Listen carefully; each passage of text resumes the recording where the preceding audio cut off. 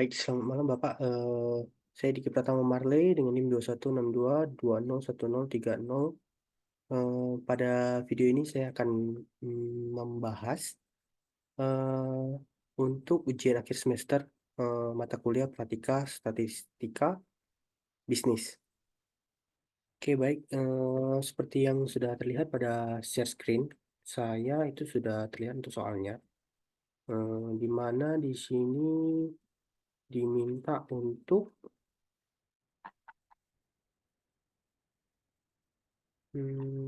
sebelumnya ini adalah data untuk sebuah kasus di mana eh, untuk menganalisis atau menguji variabel motivasi dan eh, penerapan disiplin terhadap kinerja karyawan. Baik, di sini ada operasionalisasi variabelnya masing-masing. Ini ada indikatornya, pernyataannya, dan skalanya ini bersifat interval. Oke, baik. Di sini diminta untuk cara pengolahan datanya dan hasil dari penjelasan dari data tersebut dimulai dari judul, rumus masalah, dan lain sebagainya sampai dengan kesimpulan dan saran. Baik, dimulai dengan Excel, SPSS, sorry, ini menggunakan Excel, SPSS, Amos, dan Smart PLS yang dimana direkam dalam sebuah video, eh, kemudian diupload ke YouTube. Oke, baik, langsung mulai saja. Untuk yang pertama, saya mulai terlebih dahulu dengan Excel, di mana saya sudah buatkan dulu datanya. Jadi saya di sini hanya lebih ke arah menjelaskan dari mana data tersebut saya buat atau bagaimana saya mengolah data tersebut. Baik, pertama kita mulai dulu dari poin satu yaitu judul. Di sini saya sudah buat untuk Oke, di sini saya mengambil judul untuk pengaruh motivasi dan penerapan disiplin terhadap kinerja karyawan pada PT Pelita. Oke, selanjutnya itu adalah rumusan masalah. Nah, sebelum masuk ke rumusan masalah ini, seharusnya itu ditemukan fenomena-fenomena ataupun kenapa dan mengapa motivasi ataupun penerapan disiplin ini berpengaruh terhadap kinerja karyawan. Jadi lebih ke arah bagaimana fenomena itu bisa terjadi terhadap kinerja karyawan dan apa pengaruhnya. Oke, di sini saya mengambil dua poin. Yang pertama itu adalah apakah pengaruh motivasi terhadap kinerja karyawan pada PT Pelita. Dan yang kedua itu adalah apakah ada pengaruh penerapan disiplin terhadap kinerja karyawan pada PT Pelita. Oke, tujuannya ini kalau untuk rumusan masalah itu adalah untuk menguji teori-teori yang ada yang dimana apakah benar motivasi itu berpengaruh terhadap kinerja karyawan ataupun penerapan disiplin berpengaruh terhadap kinerja karyawan. Oke, masuk ke poin 3 itu adalah tujuan penelitian. Di sini lebih kurang sama dengan rumus masalah. Di sini tujuan penelitian itu lebih ada ke menguji atau menganalisa pengaruh dari motivasi itu terhadap kinerja karyawan pada PT Pelita. Kemudian untuk poin 2-nya itu adalah untuk menguji pengaruh penerapan disiplin terhadap kinerja karyawan PT Pelita. Oke, di sini ada manfaat penelitian, di mana itu ada dua manfaat, yang di mana satunya itu adalah manfaat praktis. Yang pertama adalah untuk perusahaan, bisa saja untuk stakeholder. Kemudian ada pun untuk manfaat praktisnya untuk pemerintah atau dinas tenaga kerja. Oke, untuk yang kedua itu adalah manfaat penelitiannya yang teoritis, di mana satu untuk pengembangan teori dan satunya lagi adalah untuk peneliti berikutnya. Baik, di sini langsung saja saya masuk untuk hipotesisnya. Di mana sini ada dua hipotesis. Saya mengambil satu sisi, yaitu sisi positif. Yang pertama itu adalah terdapat pengaruh positif motivasi terhadap kinerja karyawan pada PT Pelita. Kemudian pengaruh positif penerapan disiplin terhadap kinerja karyawan pada PT Pelita. Pada hipotesis ini kita mengambil satu sisi saja, yaitu sebelah kanan, karena dia positif, jadi hanya satu sisi. Sama juga untuk yang kalau menggunakan asumsi hipotesisnya itu yang negatif, termasuk satu sisi juga, tapi sisi sebelah kiri Kemudian ada pun juga apabila hipotesisnya itu hanya terdapat pengaruh, maka itu bisa dibilang dua sisi, kanan dan kiri, plus dan minus. Kemudian ini untuk model penelitiannya, di mana ini motivasi dan penerapan disiplin variabel X1 dan X2-nya terhadap kinerja karyawan. Di mana data untuk yang eh, icon ikon bulat ini itu menunjukkan bahwa data tersebut itu tidak terukur. Begitu juga dengan penerapan disiplin dan kinerja karyawan. Sementara apabila selain itu, icon yang kotak itu adalah data yang terukur. Oke, selanjutnya, baik, masuk ke untuk perhitungannya. Sebelumnya sudah di-share oleh Pak Dedi. Di sini saya sudah kurang lebih mengolahnya, jadi saya tinggal menjelaskannya bagaimana saya mendapatkan data tersebut. Baik, di sini saya mungkin mulai dari hmm, data yang pendidikan terlebih dahulu. Di sini ada beberapa, dimulai dari, maaf, mungkin di sini lebih ke arah sesuai soalnya, itu setelah hipotesis, selanjutnya adalah analisis deskriptif atau profil dan jawaban responden. Baik, di sini setelah saya buatkan datanya, oke, dimulai dari pendidikan, itu dari SMA, D3, S1, dan S2. Jumlah dari data responden ini ada sebanyak 100. Jadi dari 100 responden itu yang SMA, D3, dan S1, dan S2 itu tetap sama 100. Di sini saya menggunakan rumus untuk CONIF pada bagian untuk pendidikan, di mana itu SMA ada 2, D3 ada 1, S1 ada 93, dan S2-nya ada 4. Oke, itu untuk pendidikan. Sedangkan untuk range kategori usia, mulai dari Gen Z, Gen Y, dan Gen X, itu sama juga menggunakan rumus CONIF dari data yang udah ada. Kemudian dihitung dapatlah jumlah dari respondennya tetap 100. Kemudian ini adalah masa kerja, di mana itu lebih kecil dari 6 tahun, 6 sampai 10 tahun, dan seterusnya sampai dengan lebih dari 30 tahun. Oke, sama juga di sini saya menggunakan rumus CONIF dari data yang udah ada. Kemudian di sini ada gender, laki-laki dan perempuan. Oke, sama juga. Oke, baik. Oke, setelah itu masuk ke profil.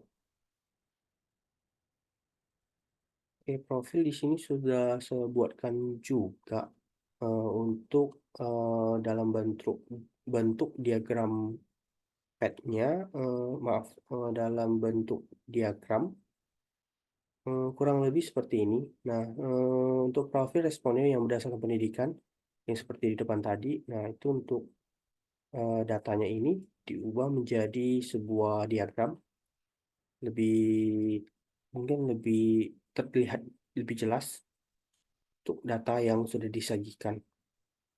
Baik, di sini ada profil responden berdasarkan pendidikan, juga berdasarkan generasi, dan ada juga berdasarkan masa kerja, dan kemudian yang terakhir itu berdasarkan gender. Ini di sini kurang lebih sama, untuk yang di depan copy paste ke profil responden. Hanya saja di sini dibuatkan diagram agar lebih mudah untuk memahaminya. Oke, karena di sini jumlah dari responden itu 100, jadi berapapun angka di sini itu menunjukkan persentase pada diagram ini. Contohnya yang untuk S1 itu sebanyak 93 orang, 93 responden, dan di sini itu tulisnya 93%. Oke, selanjutnya untuk di sini ada jawaban dari responden. Oke, di sini saya sebelumnya ini yang mengambil dari eh, distribusi frekuensi, di mana distribusi frekuensi ini itu diambil datanya, dihitung dengan rumus CONIF juga, di mana dari skor ini, 5 skor 1 sampai 5 ini, nah didapatlah dengan data semua ini, yang dimana setiap variabel ini atau indikator dan pernyataan itu tetap jumlahnya 100 karena 100 responden. Baik, di sini sudah saya buatkan. Di sini hanya copy paste saja, setiap kolomnya sama. Oke. Jadi dapat disimpulkan setelah saya masukin ke dalam sebuah table. Nah, di sini ada kriteria-kriterianya yang dimana masing-masing kriterianya itu dari 1 sampai dengan 1,79 itu sangat tidak baik. Kemudian 1,8 sampai dengan 2,59 itu tidak baik. Kemudian ada pun 2,6 sampai dengan 3,39 itu kurang baik. Dan 3,4 sampai dengan 4,19 itu adalah baik. Dan terakhir adalah 4,2 sampai dengan 5 itu adalah sangat baik. Oke, seperti yang terlihat di sini, jika dilihat itu hasil dari rata-rata masing-masing indikator maupun pernyataan itu adalah baik di 3,8. Oke, sementara jika per indikatornya itu paling rendahnya adalah di 3,59. Dan lainnya itu 3,7, 3,9, dan bahkan ada yang sampai 4,09. Baik, mungkin untuk pada indikator yang 3,59 ini itu adalah merupakan pernyataan karyawan mampu menyelesaikan tugas yang diberikan secara konsisten. Dan jawaban dari 100 responden itu menjawab 3 dari 100 responden itu menjawab dari 149 itu menjawab 3. Di mana berarti bisa jadi tugas yang diberikan itu tidak selesai dengan konsisten, baik itu mungkin ada yang terlalu banyak ataupun yang lainnya. Oke, itu untuk rata-rata indikator yang efektif dan efisien. Oke, selanjutnya itu adalah untuk indikator tanggung jawab. Di sini rata-ratanya 4,1.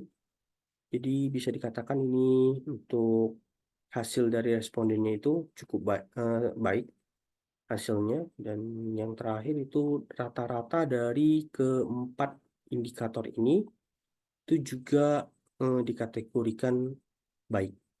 Jadi bisa dikatakan untuk variabel Y ataupun kinerja karyawan ini dengan pernyataan-pernyataan masing-masing dari variabelnya itu adalah baik. Oke, itu untuk yang secara Excel. Oke, sesuai soalnya itu selanjutnya saya menggunakan SPSS, di mana saya juga sudah mengolah data tersebut yang melalui SPSS. Jadi saya hanya tinggal menjelaskan data tersebut, hasil dari data tersebut. Oke, di sini data ini sebenarnya diambil dari data di Excel. Maaf, nah ini diambil dari data. Nah, data dari mulai Y211. Nah, data tersebut di-copy kemudian dipindahkan ke dalam data view. Oke, kemudian setelah dipindahkan ke data view, di sini ada juga dimasukin kategorinya, di mana di sini untuk namanya itu di copy paste di sebelah maaf, sebelah kanan sini. Oke, nah di sini. Di sini itu paste spesial dan kemudian values dengan transpose, kemudian maka dia akan berubah menjadi ke bawah. dan itu di copy ke maaf, ke kolom yang name ini. Kemudian ada pun juga values. Values ini ada beberapa indikator di mana masing-masing poinnya itu berbeda-beda. Untuk mengetahui 1, 2, 3, dan 4-nya itu kembali lagi di Excel. Karena untuk data ini berpatokan pada Excel semua, jadi bisa dikatakan data tersebut dapat dari sini. Jadi untuk SMA itu adalah bisa dilabeli dengan nomor 1, dan D3 itu nomor 2, S1 itu nomor 3, dan S2 itu nomor 4. Oke, maka dituliskanlah 1 itu adalah semangat SMA, 2 itu D3, dan seterusnya. Oke, begitu juga untuk usia yang bisa dikatakan jika itu poin 1 merupakan generasi Z, 2 generasi Y atau milenial, dan 3 itu generasi X. Oke, selanjutnya masa kerja di sini juga tertulis sesuai dengan data yang di Excel. Dan juga ini gender. Oke, sekilas kemudian kembali lagi ke data view. Oke, seharusnya ini akan dites dulu untuk analisisnya. Dan saya juga udah membuat dulu analisisnya. Jadi di sini saya hanya menjelaskan kembali.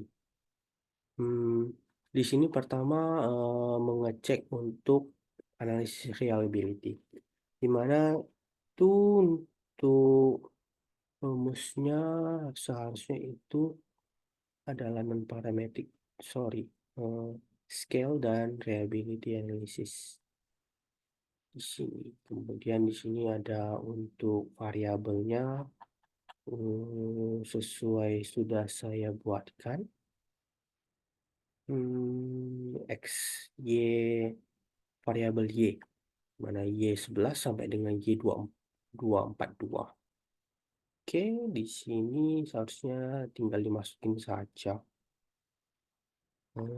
Mulai dari Y1 sampai dengan Y242. Hanya saja untuk Y23, 22 yang 2 angka di belakang itu tidak dimasukkan. Oke, setelah itu, setelah didapat hasilnya, didapatlah untuk reliability-nya untuk variabel Y. Ada dites beberapa kali. Di sini itu adalah variabel Y-nya. Kemudian di sini juga ada dites kembali untuk variabel, sorry, itu yang Y2, kemudian yang ini adalah Y1-nya.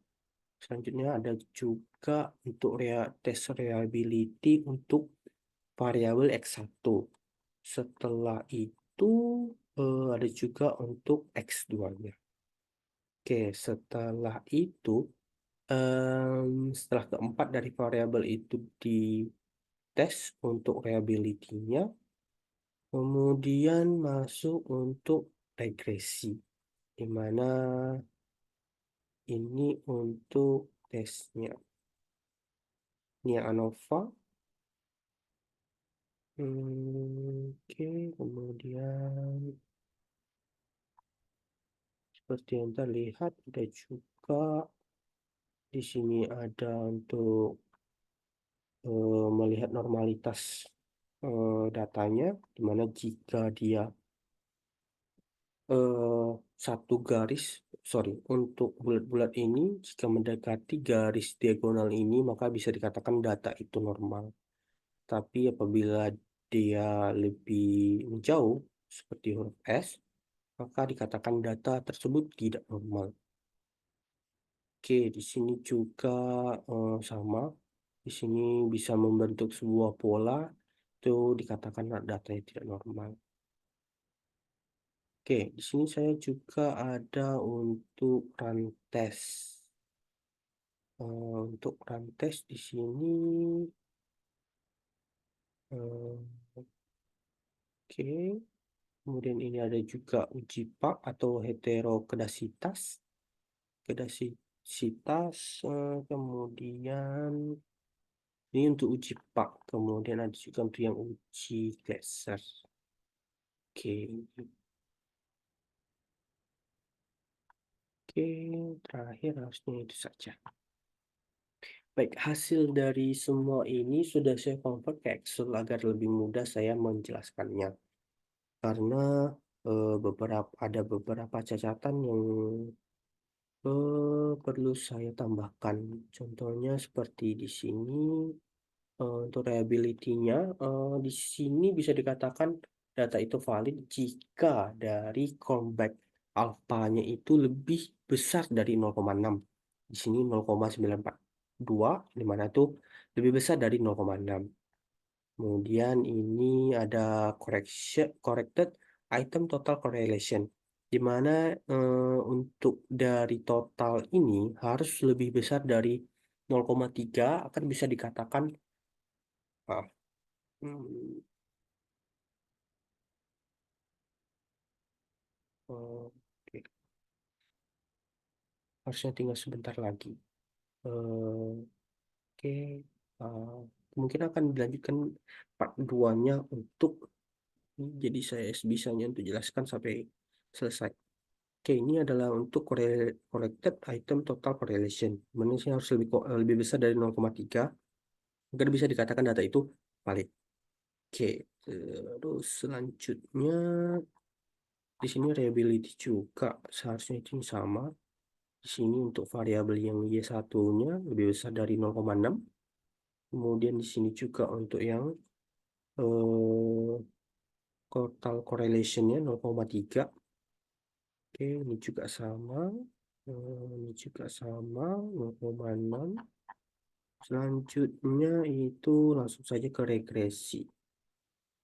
Jadi saya bisa langsung jelaskan untuk ke Amos. Oke, regresi. Mungkin mulai dulu dari normalitas data ya. Oke, di sini untuk autokorelasi.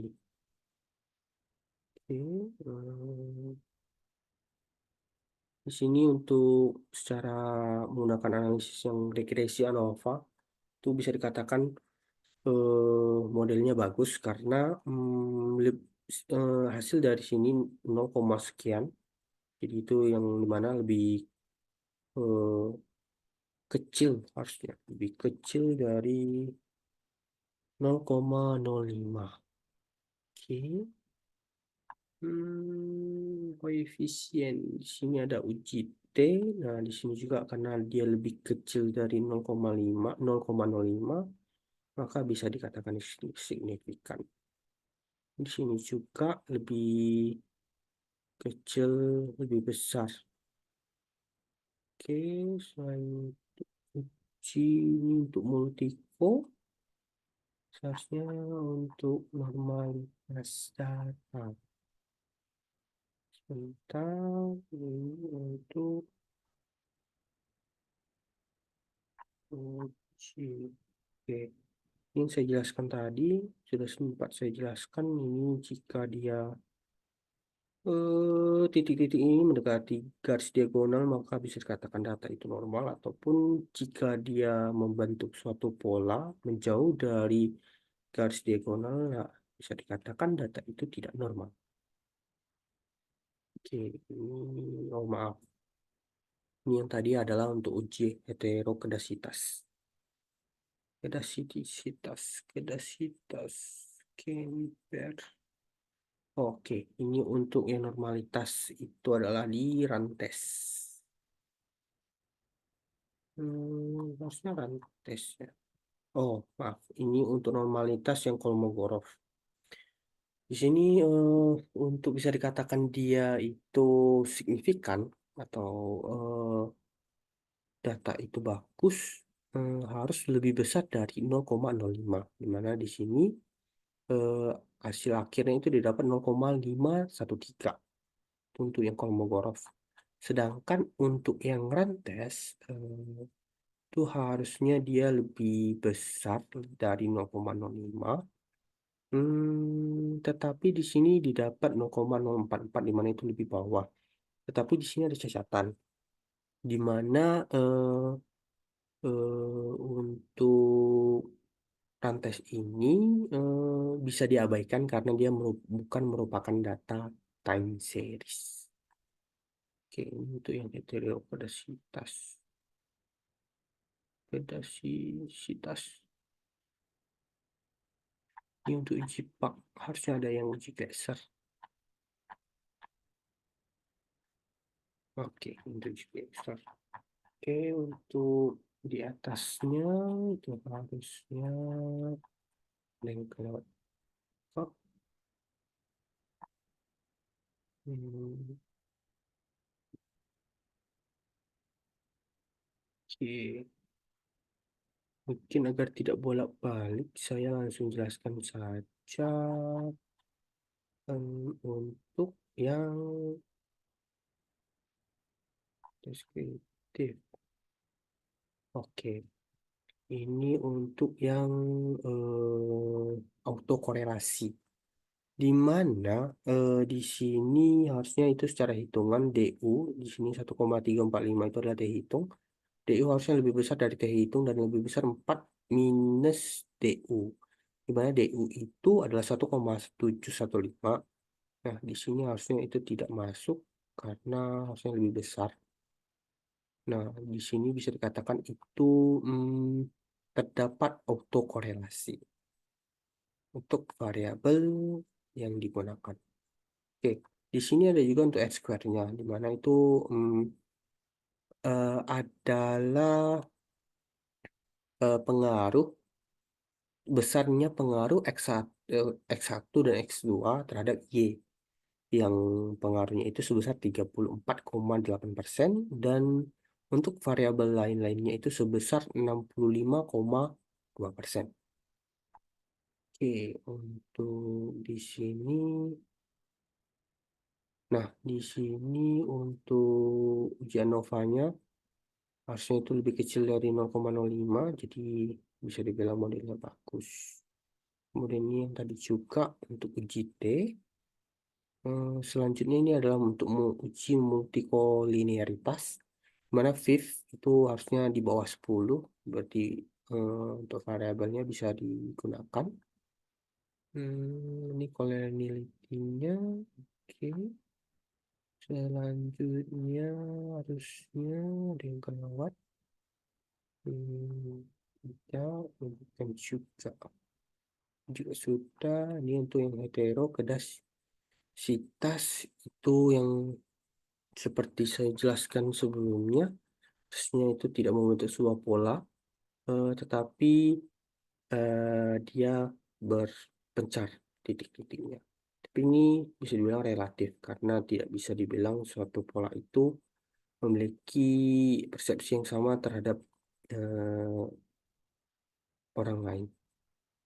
Oke, ini untuk normalitas juga tadi sudah di sini 0,3135 13 oh, 4 ya.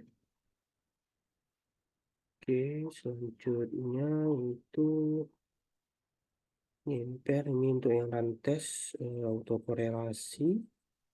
Nah, ini untuk eh, mungkin bisa dibilang uji yang selain dari gambar chart tadi. Karena untuk mengetahui bahwa data itu ada tidak bagus ataupun bagus bisa digunakan untuk uji Pak dan Tracer untuk mengetahui adanya heterokedasitas. Oke, di sini untuk kedasitasnya terlihat dari koefisiennya itu adalah di 0,314 dan 0,362, di mana untuk bisa dibilang itu signifikan atau tidaknya, dia angka tersebut lebih besar dari 0,05 atau 5%. Jadi bisa dibilang tidak ada heterokedasitasnya. Oke, selanjutnya mungkin sama. Ini untuk yang apa? Kemudian ini untuk yang gletser juga signifikannya sama. Di atas 0,05. mungkin mendekati, tetapi harusnya itu masih bisa digunakan untuk variabelnya. Oke, ini untuk yang chart yang uji geser.